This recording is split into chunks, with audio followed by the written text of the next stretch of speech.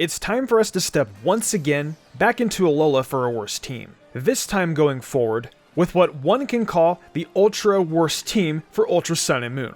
I don't want to waste any time as this team features 3 new Pokemon alongside 3 that returned from last time. So let's just get right into it with the explanation of what the worst team is. Essentially, the worst team is a team composed entirely of the worst possible Pokemon in a region, this time being from the Alola region. It's not going to have 6 Grubbin or anything like that. It'll be a team that is bad, but can still have a shot at actually beating the games. It'll challenge you, but it won't be impossible to beat by any means. If it sucks, it makes you go insane, then good. Everything went according to plan. As always, I will be providing a moveset for these Pokemon that include TM moves, but will not include post-game tutor moves or egg moves. We will be going over all the important battles that these Pokemon can try their best against. Those important trainers consist of all the Kahuna battles, Totem Pokemon, Elite Four members, Champion, Rival, and the Evil Team leaders. I think you all get it at this point in time. So I guess there's nothing else to say other than let's get into it. So, we're starting this team off the way we usually like to with these worst teams, by replacing our starter with the early rodent Pokemon in Alola. And in this case, it is Gumshoes. I'd say that regarding Gumshoes, it's probably one of the more middle-of-the-road early Pokemon you can get your hands on across the gens. It's not super great, but it definitely isn't completely unusable, making it perfect for a worse team. Its 2 abilities you have the chance to get are Stakeout and Strong Jaw, with the former effectively making every offensive move Gumshoes goes for work, like Pursuit, while the latter is actually a pretty good ability all things considered. Gumshoes is one of the early rodents that has only its normal typing for the entirety of its line, so Stab is only going to come from the normal typing for it. But that's not the worst thing in the world. Yungoos is one of the very first wild Pokemon you encounter in Ultra Sun and Moon as well, and it only needs to reach level 20 during the day to evolve into Gumshoes. The moves that Gumshoes has are Return, Crunch, U-Turn, and Bulldoze. A pretty solid moveset for this Pokemon considering what it is. So for Return, you'll be able to find it in Mile City, which is on Ula Ula Island. So it'll be after your first 2 Kahuna battles. You'll have some decent normal type move options while you wait to get to that point, like Super Fang or potentially Takedown if you find yourself at all a little overleveled during your journey. The next move is Crunch, which it will learn at level 39. And you'll naturally have Bite at level 19 that you can hold on to until you get to that point. Remember, one of the abilities you have access to is Strong Jaw, so Crunch and Bite could potentially be even stronger. The next move is U-Turn, which serves as a great pivot move, and gives Gumshoes a quick way out of battle while doing damage. It's actually yet another move you can get in Mile City. Finally, we have Bulldoze, which in the Ultra games you can get a bit earlier in Kone City. Well, you'll have your full set for this Pokemon right as you start the 3rd island. So for the bulk of the game, you'll be in pretty good shape. So with these moves, Gumshoes will be able to do well against the Totem Togedemaru, Mina's Mawile, Lucamine's Lilligant, Olivia's Lycanroc, Nanu's Persian and Krokorok, Hapu's Golurk, Mullane's entire team, Olivia's E4 Lycanroc, Probopass and Gigalith, Ace Rola's entire team, and Hao's Raichu. Gumshoes is the de facto starter on this team due to the nature of how we do worse teams. And unfortunately, for most of the journey, it doesn't do a whole lot. However, once it enters battle with Mullane, Ace Rola, and Olivia, its time to shine begins. Don't sleep on Gumshoes in the Elite Four. Next up on this worst team, we've got a returning Pokemon from the Sun and Moon worst team, the Snow Crab, Crabominable. You know, Crabominable could really be a better Pokemon if it just had some good defenses going for it. But instead, it's just got 97 base HP and 132 base attack, so at least it's going to be hitting hard. You'll be able to get a Crab Brawler rather early on, as early as Route 2 in fact. You need to find it in a pile of berries, and that may take a few tries, but stick with it and you'll have one pretty early on. Now, the real pain in the butt here is you can't actually evolve into Crabominable until just before you face off with the Elite Four, so you'll only be able to take advantage of the fighting typing through most of your journey. Though, with a Pokemon like this, it makes plenty of sense to include on this team considering it being such a pain. The moves for Crabominable on this worst team are Ice Hammer, Close Combat, Rock Slide, and Brutal Swing. So Ice Hammer is learned at level 37, but the reality is that you'll probably still have Crabrawler by the time you've hit that level. So you'll need to use the Mover Learner on Mount Lanakila, and in turn, you'll need to pick up a nice hard skill during your journey. The next move is Close Combat, and whether you're Crabrawler or not, you'll be learning it at level 49. And on the way to getting that move, you'll have other options like Power Up Punch and Reversal to use. Then, we've got Rock Slide, which is a TM you'll find on Route 17, just before heading into Po Town. However, if you want, use Rock Tomb while you wait to get that. Finally, there's Brutal Swing, which is a TM that you'll find on the northern part of Route 5.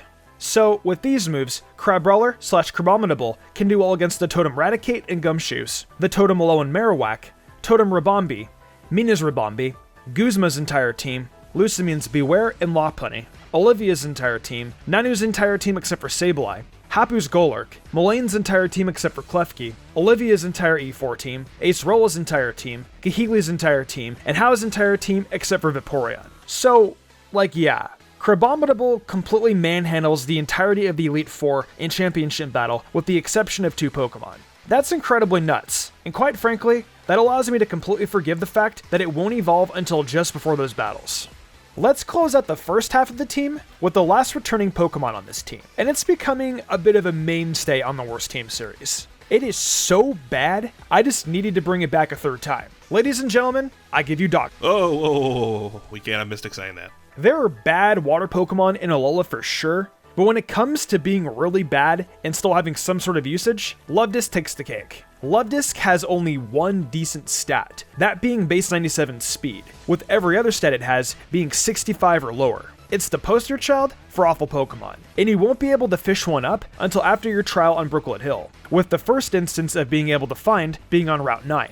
I don't want to just keep dunking on Luvdisc though, so I'm just going to move on to its moves, which are definitely the best things about it. The moves that Luvdisc is going to be using for this worst team are Scald, Draining Kiss, Toxic, and Rain Dance. So right off the bat, Scald is the best move, and is a TM you can get on Ancient Pony Path, which is pretty late into things. You'll just need to make do with some random water moves like Water Pulse and I guess Hydro Pump or something like that until you can get Scald. Draining Kiss is next, and while it's an awful move in general, it does provide some sort of coverage in being a Fairy type move, and it'll at least give Luvdisc the chance to heal up a little bit. Next, we have Toxic, which you'll find in the Ether Paradise when you head there following Nanu's trial. It's, you know, nice to poison a Pokemon when maybe you have no other options for Luvdisc at all. Finally, there's Rain Dance. And by virtue of there just not really being any other good moves I could give it, I decided on this. At the very least, you'll be able to use it to power up the strength of Scald. You can buy it on Royal Avenue for 50,000 Pokédollars. And god, that's a pretty steep price. Actually, you know what? If you want to get Blizzard to destroy on Luvdisc instead, just do that. You'll just need to buy it in Seafolk Village. And really, it's a lot nicer than Rain Dance. If you're comfortable with having just Crabominable as your ice typing though, then I guess you can forget about Blizzard. With these moves, Luvdisc will be able to do well against the Totem Komodo, Lucamine's Beware, Olivia's entire team except for Lileep, Nanu's entire team, Hapu's entire team except for Gastrodon, Mullane's Alolan Doug Trio, Olivia's entire E4 team, Acerola's Drifbloom, Palisand, and Delmice, Kahili's entire team, and How's Crabominable, Noivern, and Decidueye. Luvdisc is such a flounder of a Pokemon, and I know that pun is a bit fishy, but bear with me here. It brings the water type coverage we need on the team, and that's good enough to make it useful despite it being horrible. Now, let's get into the fresh new team members for this worst team. Starting off with the Pokemon I decided on as a replacement for Ladian from the last one, and that's Ariados. Honestly, I could have just as easily went with Ladian again, but I decided to be a little different this time around and go with its poison type counterpart. These are slightly different games after all, so Ariados might actually help us out just a little bit more despite being bad. Its base 90 attack stat is the highlight of its line, with a very little bit of bulk offered with 70 base HP and defenses. You'll have to wait for the nighttime, but right on Route 1, you'll be able to capture a Spinarak, and by level 22, you'll have the Ariados this team advertises. Well, we've laid out how to get it and why it's here, so let's see what it's capable of doing. Alright, we've got Leech Life, Poison Jab, Sucker Punch, and Swords Dance coming together for this moveset. Leech Life is a TM that you'll find on the Akala outskirts near the East Coast. That's going to be prior to your Grand Trial with Olivia, so I would keep Infestation on Ariados until you get that. Next, we have Poison Jab, learned at level 50, which of course is pretty late game. While Ariados isn't a special attacker, I would still suggest using Sludge Bomb for a little bit while you wait until you get to level 50. As it's a TM you can find in Po Town a little bit before then. Then we have Sucker Punch, learned at level 28, and it's here for some priority as well as nice coverage for those real speedy psychic types. Finally, we have Swords Dance, which is learned when Spinarak evolves into Ariados, and you guys know how much that can be helpful. This moveset will enable Ariados to do well against the Totem Alolan Raticate, the Totem Lurantis, and the Totem Ribombee, Mina's entire team except for Mawile, Lucamine's Lilligant and Clefable, Nanu's entire team except the Sableye, Hapu's Golurk, Mullane's Metagross, Olivia's Cradily, Acerola's entire team, and How's Raichu and Decidueye. Ariados is bad. But isn't it nice to have that poison type coverage for fairy types? It's always great when something can be terrible, but actually have a purpose, right? Speaking of absolutely terrible, but with a purpose, we move on to Dunsparce. That's right, another normal type. But this time, it's here to be a special attacking coverage machine. I can hear all the angry comments from all the Dunsparce stands being written out, but look, I get it. It has 100 base HP. That's pretty impressive, totally. Except, it's not. Its defenses are 70 and 65, and its attack stat is 70 with base 45 speed. This thing is prime for being on a worse team, and that is why it made the squad. I don't hate Dunsparce's design at all. It's just bad. Regardless though, Dunsparce is an ambush encounter on Route 2, so be prepared to add it to your team nice and early. Once again, this thing is here for coverage sake with special attacking moves, since this team thus far has been so very physical aside from Love Disc. Let's take a look at the moves.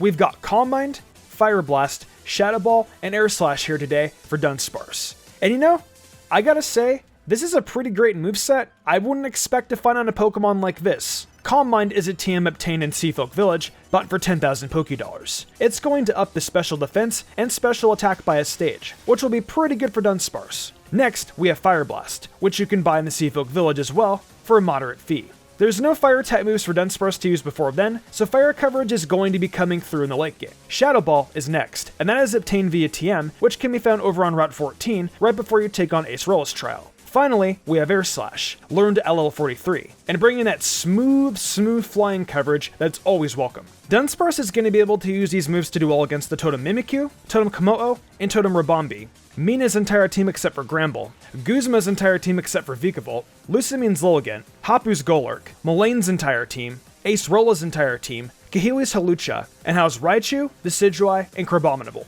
As is the theme with this worst team, Dunsparce is backloaded to cruise to the late game, and brings the fire coverage that helps out with a couple of different Pokemon. It's a great member for this team, being so bad and yet so helpful. So let's wrap things up with one more new Pokemon. One that I don't really find to be particularly great, but I chose due to its typing, Dedenne. Dedenne has 100 base speed, which is of course great, and a modest 81 base special attack. Everything else, as you can see, is incredibly lackluster. It makes you realize, yeah, it really does belong on a team like this. So where do you get your hands on this electric fairy type?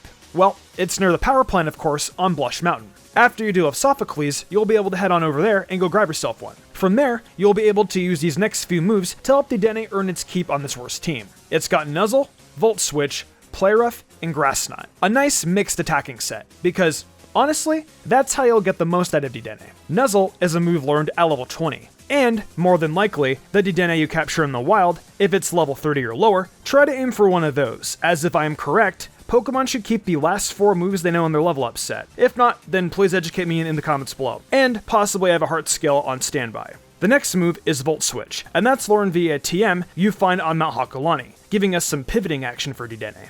Then there's Play Rough, learned to LL42, offering some nice fairy type coverage that's a tad better than Love Disc's Draining Kiss. And finally, we got Grass Knot, which was actually pretty important to include on here for me. It's a TM found in the Lush Jungle really early on, so you'll have it long enough before you actually capture Dedenne. Alright, with this final Pokemon's moves, it'll be able to do well against the Totem Komodo, Guzma's Golisopod and Masquerain, Lucamine's Milotic and Beware, Nanu's Krokorok, Hapu's entire team, Olivia's E4 Lycanroc and Gigalith, Acerola's Palisand, Kahili's entire team, and house Noivern, Vaporeon, and Crabominable. The big thing here on Dedenne is having that Grass Knot to lean back on, helping it take out Gastrodon, and its electric type moves help with the regular water types as well. As always, it's not good, but it plays its part.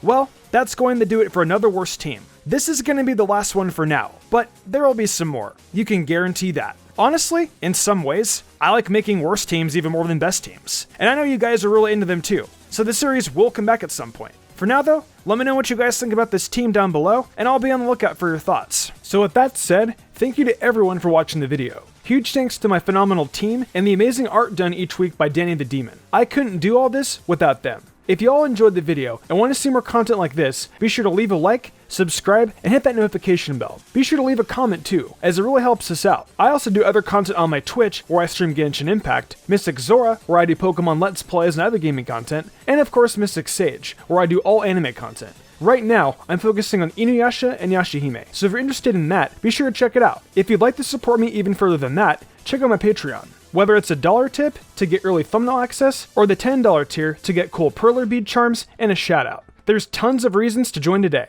These lovely people did, and I thank them all so much for their support. It really means the world to me.